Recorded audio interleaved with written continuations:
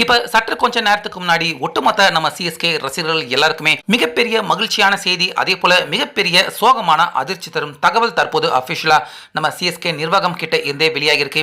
அந்த வகையில ருத்ராஜ் அவர் இனிமேட்டு இந்த ஆண்டின் ஐபிஎல்ல தொடர்ந்து விளையாட போறது இல்ல.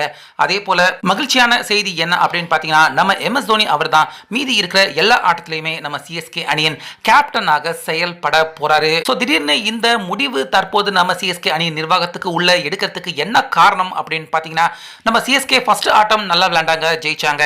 ஆனால் அதுக்கு அப்புறமா விளையாண்ட 4 ஆட்டத்திலையுமே தொடர் தோல்வி. முக்கியமாக ருத்ராஜ் அவருடைய பேட்டிங் ஃபார்ம் ரொம்ப மோசமாக இருந்துச்சு. எல்லா ஆட்டத்திலையுமே 3வது பேட்ஸ்மேனாக வந்தாலும் சரியா விளையாடல ருத்ராஜ். அதே போல ஒரு கேப்டனாக ரொம்ப மோசமாக பர்ஃபார்மன்ஸ் ருத்ராஜ் வெளிப்படுத்தியிருந்தாரு.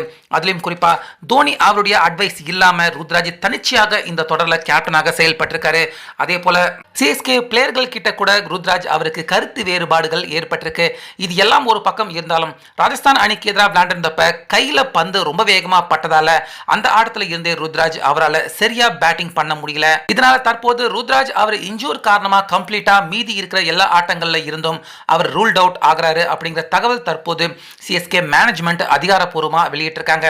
அதே போல மீதி இருக்கிற ஆட்டம் எல்லாத்துக்குமே நம்ம எம்எஸ் தோனி அவர் தான் கேப்டனா செயல்பட போறாரு அப்படிங்கிற தகவலும் வெளியாயிருக்கு. ஆனா இதுக்கு நேர்மாறாக ருத்ராஜ் அதே போல சிஎஸ்கே மேனேஜ்மெண்ட் 2 பேருக்கும் இடையே கருத்து வேறுபாடு ஏற்பட்டிருக்கு. ருத்ராஜ் ஒரு சிறந்த கேப்டன் தான், ஆனா இந்த ஆண்டு ஐபிஎல்ல அவர் தொடர்ந்து மோசமாக விளையாண்டுகிட்டு இருக்கிறது. தோனி அவரை சென்ட் ஆஃப் பண்றப்ப கப்போட சென்ட் ஆஃப் பண்ணணும் அப்படின்னு தான் சிஎஸ்கே மேனேஜ்மெண்ட் ஆசைப்பட்டு இருந்தாங்க. ஆனால் அதுக்கு நேர்மாறாக ருத்ராஜ் அவருடைய கேப்டன்சி ரொம்ப மோசமாக இருக்கு அப்படிங்கிறதால ஓனரான ஸ்ரீனிவாசன் அவர்கள் தொடர்ந்து ருத்ராஜ் அவர் தோல்வி அடைஞ்சப்ப எல்லாம் கடுமையான விவாதம், சண்டை 2 பேருக்கும் இடையே நடந்ததா சிஎஸ்கே மேனேஜ்மெண்ட் அவங்க சொல்றாங்க. இதனால கருத்து வேறுபாடு காரணமா ருத்ராஜ் அவர் ஏற்கனவே கொஞ்சம் இன்ஜூர்ல இருந்திருக்காரு. அதனால கம்ப்ளீட்டா ருத்ராஜ் நான் ஓய்வு எடுத்துக்கிறேன் அப்படின்னு விலகினதா தகவல் வெளியாயிருக்கு.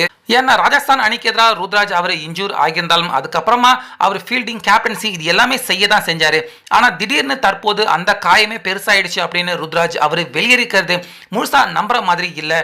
இதுக்கு பின்னாடி கண்டிப்பா ஒரு மன அழுத்தம், கருத்து வேறுபாடு கண்டிப்பா மிகப்பெரிய அளவில் நடந்திருக்கு. ஸோ அதுதான் ருத்ராஜ் அவர் கம்ப்ளீட்டா அவர் இந்த ஆண்டின் ஐபிஎல்ல இன்னும் 9 ஆட்டம் சிஎஸ்கேக்கு இருக்கு. 9 ஆட்டத்துக்குள்ள நிச்சயமா ருத்ராஜ் அவர் கம்பேக் கொடுக்க முடியும். ஆனா அது எதுவுமே இல்லாம நான் நிச்சயமா கம்ப்ளீட்டா வெளியே போறேன் அப்படின்னு ருத்ராஜ் அவர் வெளியே இருக்கிறது நிச்சயமா ஏதோ ஒரு பிரச்சனை இதுக்கு பின்னாடி நடந்திருக்கு அப்படின்னு கிரிக்கெட் எக்ஸ்பர்ட்டுகள் சொல்றாங்க. ஸோ ருத்ராஜ் அவர் வெளியே போனது ஒரு அதிர்ச்சி தரும் சோகமான செய்தியாக இருந்தாலும் தோனி அவர் கேப்டன்சி எடுத்து நம்ம சிஎஸ்கே அணியா மீண்டும் அவர் வழி நடத்த போறாரு. கண்டிப்பா இது ரசிகர்கள் எல்லாருக்குமே ரொம்ப மகிழ்ச்சியான செய்தியாக தான் நிச்சயமாக இருக்கும். இந்த தகவலை பற்றி உங்கள் கருத்தை சொல்லுங்கள்.